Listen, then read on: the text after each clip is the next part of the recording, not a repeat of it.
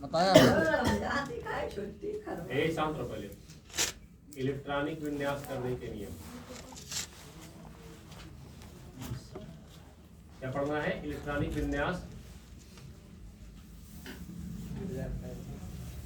करने के नियम।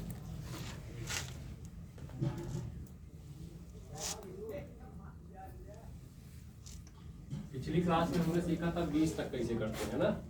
आज हम थोड़ा नया सीखेंगे। अभी तक हमने केवल किसका नियम सीखा? बोरबरी का।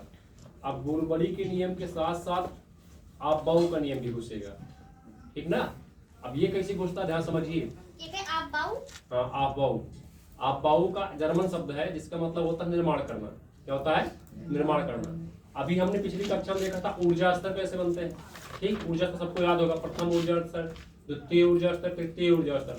आज हम सीखेंगे 20 से लेकर के 30 तक ना। हमने पिछली कक्षा में 19 तक सीखा था। आज कहाँ तक सीखना है? 20 से 30 तक। और कैसे करेंगे ध्यान समझिए। जैसे पहले पूरा पिछला नियम रिवाइज कर लेते हैं। पिछले नियम में हमने पहला नियम जाना था, बोरबरी का पहला नियम। इन्होंने बताया था इलेक्ट्रॉनिक विन्यास करेंगे 2n² के नियम अनुसार। किसके अनुसार? 2n² के नियम अनुसार। और जहां n क्या था? Number of course. क्या था? Number of cell. क्या थी? Number of cell. सेल मतलब क्या? कोष ना। क्या थी? कोष। ठीक, अब ध्यान समझिए। इन्होंने कहा था कि पहली और दूसरी कक्षा, क्या? पहली और दूसरी कक्षा अर्थात पहला कोष और दूसरा कोष दोनों में इलेक्ट्रॉन 2n² के अनुसार भरेंगे। ठीक, इसमें जब 8 यानी कि दूसरे कोष में जब 8 इलेक्ट्रॉन पूरा हो जाएगा ना, अगला इलेक्ट्रॉन अगले कोष में प्रवेश करेगा ना। अब फिर जब इसमें कितने इलेक्ट्रॉन हो जाएंगे? 8 इलेक्ट्रॉन। तीसरे कोष में कितने हो जाएंगे? 8 इलेक्ट्रॉन। ठीक, बात को ध्यान समझिएगा। पहले और दूसरे कोष में 2n² के अनुसार फिल करेंगे। तो पहले तो ये तो बताया 2n² के साथ सब में फिल करेंगे, लेकिन गलत नियम कहाँ हो जाता है यही समझना है। पहले क्या करें? पहले और दूसरे कोष में 2n² के अनुसार रखेंगे। तो पहले में आएगा हमारा 2 इलेक्ट्रॉन, दूसरे में 8 इलेक्ट्रॉन। कितना आएगा? 8 इलेक्ट्रॉन।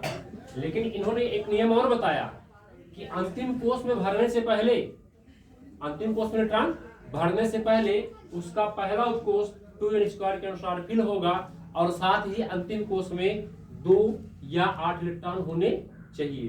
ठीक, इन्होंने कहा कि इसमें कितने हैं? 8 इलेक्ट्रॉन। किसमें? जब तीसरे कोष में 8 इलेक्ट्रॉन पूरा हो जाएगा तो चौथे कोष में आपके 2 इलेक्ट्रॉन बढ़ेंगे। कितने? 2 इलेक्ट्रॉन। कब तक? चौथे कोष में कितना घुसेगा? केवल 2 इलेक्ट्रॉन। और जैसे ही चौथे कोष में 2 इलेक्ट्रॉन पूरा हो जाता है, पुनः इलेक्ट्रॉन तीसरे कोष में भरना शुरू कर देता है। ठीक भैया ना। फिर ध्यान समझिए। तीसरे कोष में जैसे 8 इलेक्ट्रॉन पूरा होगा ना, 8 के बाद 2 इलेक्ट्रॉन मतलब कि 9 और 10। ऐसी कंडीशन में कहा जाएंगे? चौथे में ना। और जैसे ही आपके चौथे में 2 इलेक्ट्रॉन पूरे हो जाएंगे ना, फिर इलेक्ट्रॉन क्या हो जाएगा? तीसरे कोष में 2n² के अनुसार 18 तक फिल करेगा। ठीक, कहां तक फिल करेगा? 2n² के अनुसार 18 तक फिल करेगा। कोई दिक्कत? अब ध्यान समझ, इधर समझ में आ गया ना। फिर ध्यान सुन लीजिए।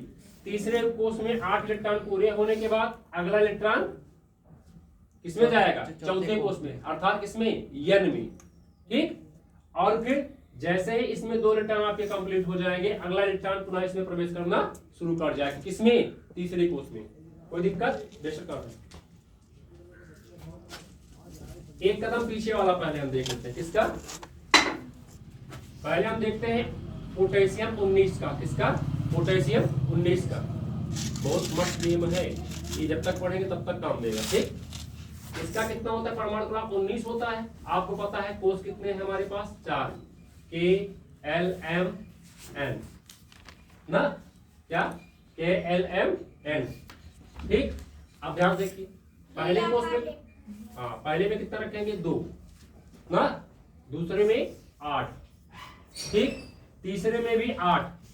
अभी हमने क्या बताया? अब 8 कंप्लीट हो गया ना, 8 पूरा हो गया। क्या हुआ? 8 पूरा हो गया। क्या करेगा?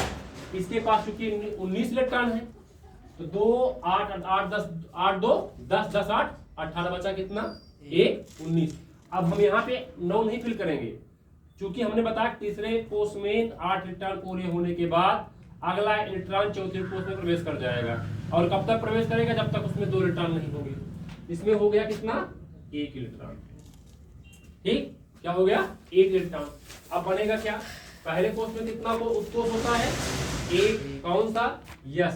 तो यस पे आया 2 ना, बना क्या? 1s2। 1 क्या दिखा रहा? पहला कोष है, यस उत्कोष है। इलेक्ट्रॉन कितना है? 2, क्योंकि हमको पता है एक कक्षा कितने इलेक्ट्रॉन रख सकते हैं? केवल 2। दूसरे में चलेंगे 2s2 और 2p6। ये होगा, क्योंकि आपको पता है दूसरे कोष में कितने कोष होते हैं? 2। ठीक, अब तीसरे में आएंगे तो तीसरा कोष चल रहा है, क्या लगेगा? 3s2 3p6। अब यही आपको कंफ्यूजन होगी कि सर जी आपने बताया था तीसरे में 3 उपकोष होते हैं, तो अगला इलेक्ट्रॉन डी में क्यों नहीं जा रहा? तो मैंने पहले ही बता दिया, ऊर्जा के बढ़ते हुए क्रम में फिल होते हैं। ठीक ना। अब 1 इलेक्ट्रॉन जो बचा है किसमें जाएगा? 4s1 में। समझ में आया? अब दूसरा देखिए, कैल्शियम 20। क्या? कैल्शियम 20। एक चीज यही समझिए, यही अंतिम वाला इलेक्ट्रॉन निकल करके क्या बनाता है? पोटेशियम पॉजिटिव बनाता है। क्या बनाता है? Potassium positive. 1 इलेक्ट्रॉन निकल करके क्या बना लेगा? पोटेशियम आयन बनाएगा, पोटेशियम आवेशित हो जाएगा। अब ध्यान देखिए, कैल्शियम का कितना होता है? 20। कितना होता है? 20 ना। क्या हो जाएगा? जैसे आपका हुआ 1s2 2s2 2p6 3s2 3p6। और इसके बाद अब देखिए, यहाँ 2 इलेक्ट्रॉन था, 2 8, यहाँ तक 8 ही रहेगा। ठीक ना, सेम वे में। लेकिन यहाँ क्या हो जाएगा? 2 इलेक्ट्रॉन, यानी कि 4s1 से क्या हो जाएगा? 4s2। अब 4s2 इसमें 2 इलेक्ट्रॉन कंप्लीट हो गए ना, अंतिम कक्षा में 2 इलेक्ट्रॉन कंप्लीट हो गए। अब इसके बाद पुनः तीसरा कोष भरेगा, कहां तक? 2n² के अनुसार। और कब तक भरेगा? 18 इलेक्ट्रॉन तक ना, क्योंकि तीसरे में क्या हो जाएगा? 2n² करेंगे, 3 का स्क्वायर करेंगे, 3 3 का 9 9 दूनी 18। तीसरे कोष में कितना होना चाहिए? 18 इलेक्ट्रॉन। इसमें 2 पूरा हो गया आपका। इसके बाद अब इसमें इलेक्ट्रॉन डी कोष में प्रवेश करेगा। जैसे कैल्शियम के बाद क्या आता है? Scandium. Scandium atomic number 21। Scandium 21 ना। स्कैंडियम के बाद टाइटेनियम, टाइटेनियम के बाद वेनेडियम, वेनेडियम के बाद क्रोमियम, क्रोमियम के बाद मैग्नीज, मैग्नीज के बाद आयरन। आयरन के बाद कोबाल्ट। कोबाल्ट के बाद निकेल, कॉपर, जिंक। 23 तक। स्कैंडियम कितना हुआ? 21 ना। 1s2 2s2 2p6 3s2 3p6। इसके बाद 4s2 आपका पहले आएगा ना। अब ध्यान देखिए, 3d1 कितना हुआ? 3d1 ना। ये सही नियम है, लेकिन हम बोरवलिक नियम जब फॉलो करेंगे तो यहाँ आएगा 3d1 और यहाँ आएगा 4s2। समझ आया? ये करेक्ट ऑर्डर है। अब इस डी कोष में कब तक भरेगा इलेक्ट्रॉन? 10 तक। कब तक?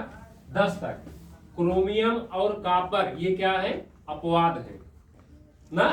तो क्रोमियम में क्या होगा? जैसे 3d4 जाएगा ना, और उसमें क्या जाएगा? कॉपर में 3d9 होगा। समझ में आया ना? करिए फटाक से। समझ में आ गया?